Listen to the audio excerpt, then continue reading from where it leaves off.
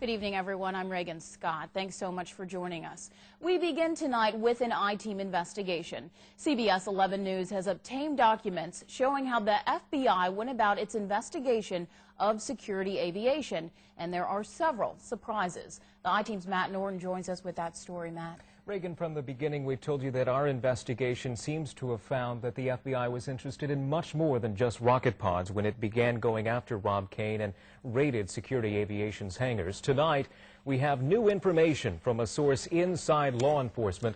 According to him, the FBI wasn't just interested in where the money for Security Aviation was coming from. Agents actually thought they were investigating a murder, the murder of a woman who was, in fact, still alive. But what is most troubling to friends and colleagues of Rob Kane is how the FBI went about getting search warrants. They accuse an agent and the U.S. Attorney's Office of misleading a federal magistrate judge. It was early on the morning of February 2nd of last year. A security aviation executive noticed movement at a hangar on a security camera he could access via computer. At home in Eagle River, Rob Kane was alerted that a raid was underway. He knew what was coming next. So I let my dogs out. My dogs on the porch start barking. I got a pretty good sense of what's going on when my dogs are barking at, darkness in the morning.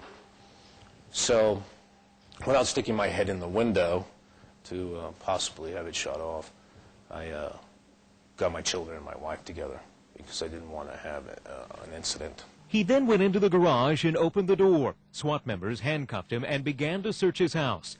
Agents also went into Security Aviation's hangar in Palmer and confiscated those infamous rocket pods. How they got the authority to do that is part of a big controversy. CBS 11 News has obtained the FBI agent's affidavit that was used to get the search warrant. In it, he lays out the reasons he believes the judge should allow the raid. Take a look at this part.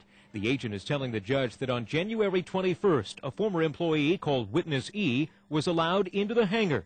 Witness E then entered the hangar and went to a second-floor parts storage room where Witness E observed a rocket pod launcher. Moreover, from my review of armaments websites and my interview of Witness E, the rocket pod launcher Witness E observed in the Security Aviation hangar in Palmer was fully consistent and matched in physical appearance a 16 by 57 millimeter rocket pod launcher suitable for use on an L-39-59 aircraft. Sounds like the agent is getting this information secondhand. Not true. CBS 11 News has confirmed that FBI agent Matt Camp went into the hangar with Witness E to see those rocket pods. He even took pictures. He didn't have a search warrant, and he didn't tell the judge about it. Is this how the FBI does business in Alaska? We wanted to talk with Agent Camp about that, but the FBI said no.